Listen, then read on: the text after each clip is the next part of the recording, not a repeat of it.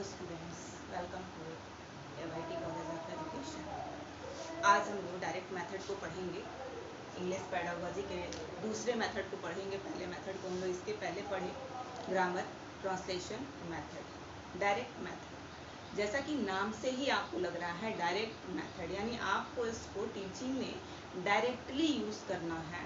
कोई दूसरी लैंग्वेज इसमें आपको यूज़ नहीं करनी है। सिंपली जिस लैंग्वेज को हम पढ़ाने जा रहे हैं, हमें उसी लैंग्वेज में ही इसे कन्वर्ट करना है। जैसे हम इंग्लिश पेडागोजी को पढ़ रहे हैं, तो हमारी इस लैंग्वेज में जो टारगेटेड लैंग्वेज होगी वो इंग्लिश ही होगी, दूसरी लैंग्वेज नहीं होगी। Direct method developed as a reaction to the translation and grammar method, यानी जो हमारा ट्रांसलेशन ग्रामर मेथड होता है, ग्रामर कम ट्रांसलेशन जो इसके पहले हम लोग पढ़े हैं, उसी का ये रिएक्शन मेथड कहलाता है direct method. Its main objectives is to impart perfect command of foreign languages by making students think in that language, यानी कहा जा सकता है कि ये जो फॉरेन लैंग्वेज होती है, उस फॉरेन लैंग्वेज को हमें इस मेथड के द्वारा स्टूडेंट्स को क्या करना होता है, पूरी तरीके से समझा देना होता है। यानी टोटली कमांड यानी स्टूडेंट्स को इस लैंग्वेज पर हो जाता है इस मेथड के द्वारा, क्योंकि इस लैंग्वेज में सेंस पर बात किया जाता है, थॉट्स पर बात किया जाता है, व्यूज पर बात किया जाता है। किसी भी रूल्स या किसी भी कह सकते हैं कोई पहले से आपका रूल ऐसा नहीं है कि आप उसको पढ़ा करके इस मेथड को समझा सकते हैं। नहीं, जितना इस मेथड को के सेंस को समझेंगे, उतना ही आपका ये second language, foreign language, targeted language जो है वो स्ट्रांग होने लगेगा। एंड डायरेक्ट मेथड एम्स, अगर इसकी एम्स की बात करें, at teaching the language directly, यानी जब आप टीचिंग करने जाते हैं क्लासरूम में, तो डायरेक्टली इस लैंग्वेज को टीच करते हैं, यानी इस लैंग्वेज में किसी दूसरी लैंग्वेज की हेल्प आप नहीं लेते हैं।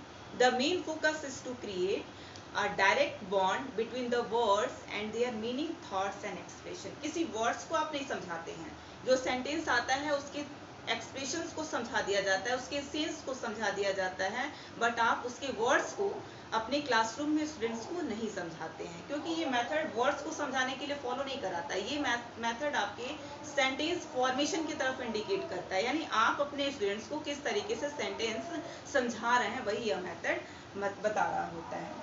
इस मेथड को यानी डायरेक्ट मेथड को क्या कहा जाता है, नेचुरल मेथड कहा जाता है। यानी इसे नेचुरल मेथड क्यों कहा जाता है, क्योंकि जो हमारी ये लैंग्वेज है जिसको हम पढ़ाने जा रहे हैं, वो लैंग्वेज हमारी इंग्लिश है, और इंग्लिश टू इंग्लिश ही हमको पढ़ाना होता है, इसलिए हम इसको कहते हैं कि ये नेचुरल लैंग्वेज है।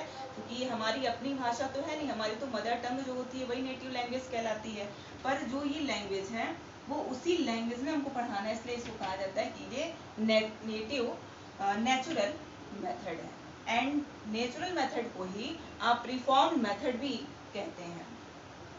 इसका ओरिजिनेशन, यानी ओरिजिनेशन की अगर बात करें, तो direct method originated from French and principles from Germany.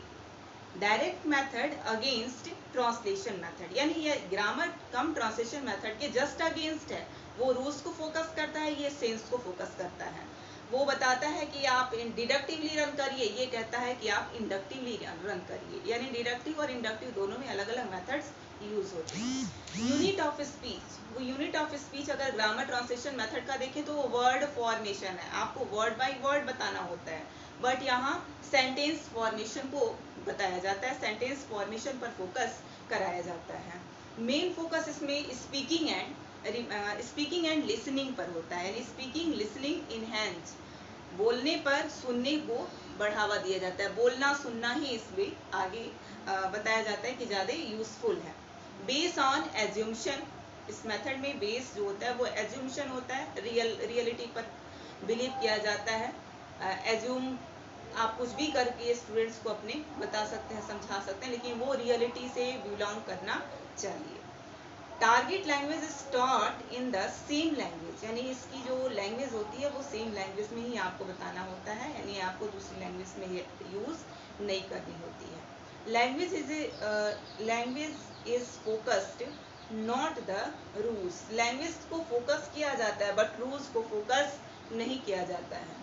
Oral drills, यानी यह ओरल ड्रिल पर फोकस करता है। यानी unit of speech sentence, not words, know using of mother tongue translation, main focus speaking, listening, enhance and oral drills.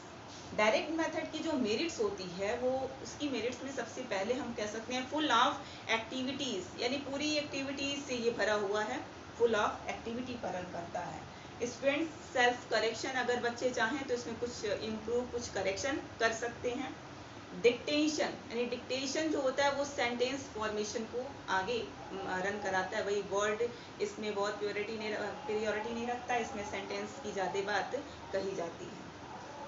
Ask questions in between the lecture, सबसे अच्छी बात की लेक्चर के दौरान अगर स्टूडेंट्स चाहें तो आपसे क्वेश्चन कर सकते हैं, और आप चाहें तो उनसे क्वेश्चंस कर सकते हैं कि उन्हें समझ में आ रहा है या नहीं आ रहा है। डिमेरिट, नो ट्रांसलेशन, यानी इसका ट्रांसलेशन नहीं किया जा सकता, यानी इसको आप अनुवाद किस में करेंगे, इंग्लिश टू इंग्लिश ही चलता है, हिंदी तो यूज नहीं करते हैं, तो कह सकते हैं कि नो ट्रांसलेशन।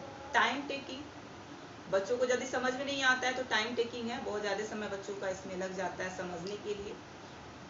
एंड डिमेरिट कहा जा सकता है ओवर क्राउडेड क्लासेस, बहुत अधिक क्लास में, बहुत भरी हुई क्लास अगर होगी तो वो वहाँ पर यूजफुल ये नहीं है। छोटी कक्षाओं के लिए, छोटे बच्चों के लिए, यानी कम संख्या में इसको आप यूज़ कर सकते हैं, बहुत अधिक संख्या में इसको आप अप्लाई नहीं कर सकते हैं। रिक्वायरमेंट ऑफ स्किल टीचर्स, बहुत अधिक योग्य शिक्षक की आवश्यकता होती है।